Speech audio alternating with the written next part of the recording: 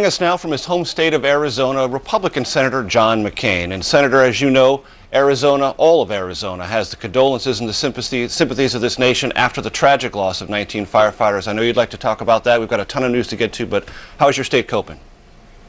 I think they're coping, but I want to thank the American people for their thoughts and their prayers and their support for the families of these brave 19. And I thank you for giving me the chance to say thank you on behalf of the people I represent. Before I let you go on that, Senator, there are issues arising from sequestration across-the-board spending cuts that impact firefighting ability, not just in Arizona, but across the country. Your thoughts on that, and are you going to do anything in Washington to turn it around?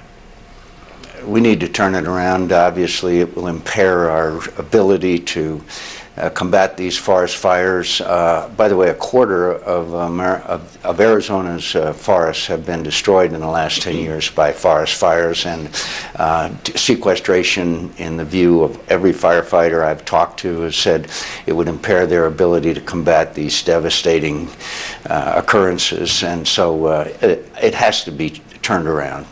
Let's talk about Egypt, Senator. Bluntly, Sure. simply, was that a coup that we saw last week? It was a coup, and it was the second time in 2.5 years that we have seen the military step in. It's a strong indicator of the lack of American leadership and influence since we urged the military not to do that. And reluctantly, I believe that we have to suspend aid until such time as there is a new constitution and a free and fair election. We can't. Morsi was a terrible president. Their economy is in terrible shape thanks to their policies, but the fact is the United States should not be supporting this coup, and it's a tough call. Let me ask you specifically about this aid question, Senator. It's already gone out for this fiscal year. Are you talking about trying to pull that back, or are you talking about when the new fiscal year starts, if nothing has happened on free and fair elections, not providing any in the future? I don't think you can pull it back. It's already in the pipeline. But I hope that the pressure that it brings on the Egyptian military will make for a very rapid transition. We must make this transition. Look, the place is descending into chaos, but so is the entire Middle East because of a total vacuum and lack of American leadership, that whether it be the massacres in Syria, Lebanon is beset by sectarian violence, Jordan is about to collapse under the weight of refugees, Iraq is unraveling, Afghanistan, we're having great problems organizing a follow-on force in Afghanistan. America has not led, and America is not leading. And when America doesn't lead, bad things happen, and other people do lead. And Egypt is just one segment of a failure of American leadership over the last 5 years, and we need to start being leaders rather than bystanders. Two more quick questions on Egypt. Do you believe Egypt and the world will ever see President Morsi back in office, and should it? Secondarily, you've criticized what the administration hasn't done. What should it be doing, in your opinion? We should be standing, first of all, we should be helping the resistance in Syria and stop the massacre that's going on thanks to Russia, Hezbollah, Iran. We should make it clear to Iran that their progress towards a nuclear weapon has got to be stopped. We're going to have to help Jordan and Lebanon in this problem. Iraq is unraveling. I don't know what you do about Iraq. We've already lost the peace there, but we have to exercise leadership, and in Egypt, we have to make it very clear that American assistance will be directly related to their transition to a civilian government. And we don't claim it's going to be easy, but for us to continue to support coups is a lesson of history that we should have learned a long time ago. And are you alleging that the Obama administration is tacitly approving a coup? I think it would be a mistake, and frankly, do you think that's what's happening? I think they're in a dilemma. I think they're as usual on these issues. They're undecided and going forward with a debate while events transpire. There's no better example of that than Syria, as we continue to watch Hezbollah, thousands of fighters. We see Russian weapons pouring in and slaughter of now over 100,000 people. And we're going to send them light weapons. Light weapons don't do well against tanks.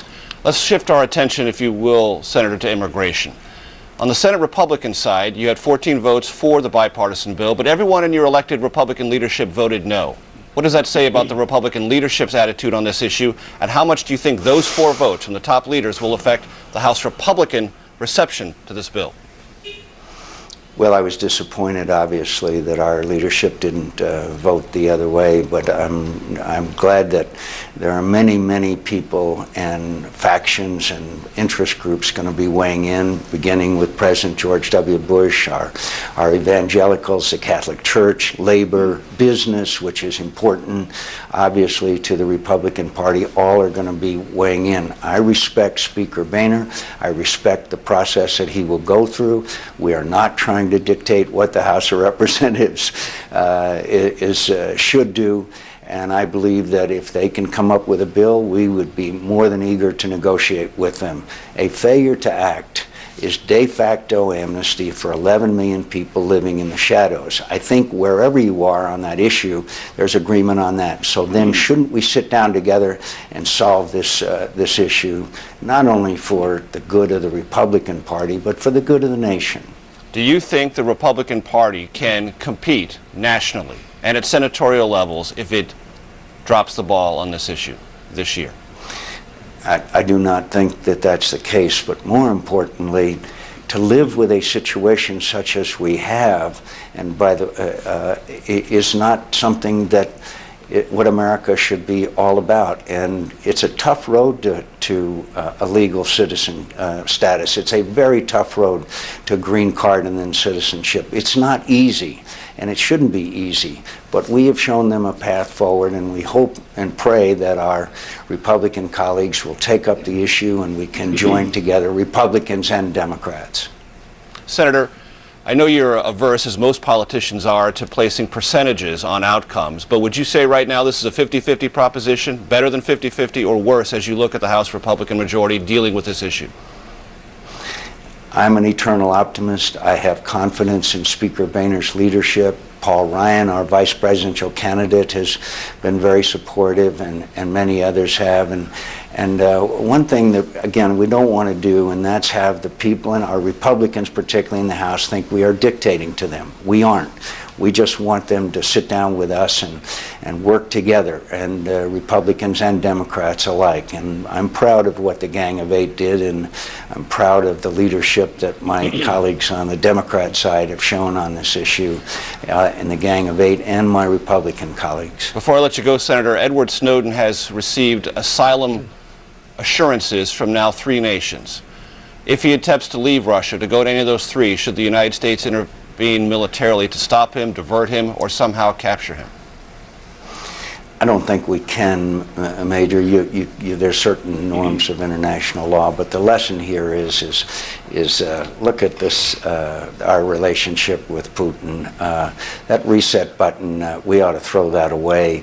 It's clear what he is an old apparatchik KGB colonel, and he's not interested in better relations with the United States. If he was, he would make sure that Mr. Snowden was sent back to us. We've got to have a much more realistic approach to Russia and Putin in order to comport with the realities of their relations with us. Senator McCain, thank you very much for your time this morning on Face the Nation, and we'll be back in just one moment.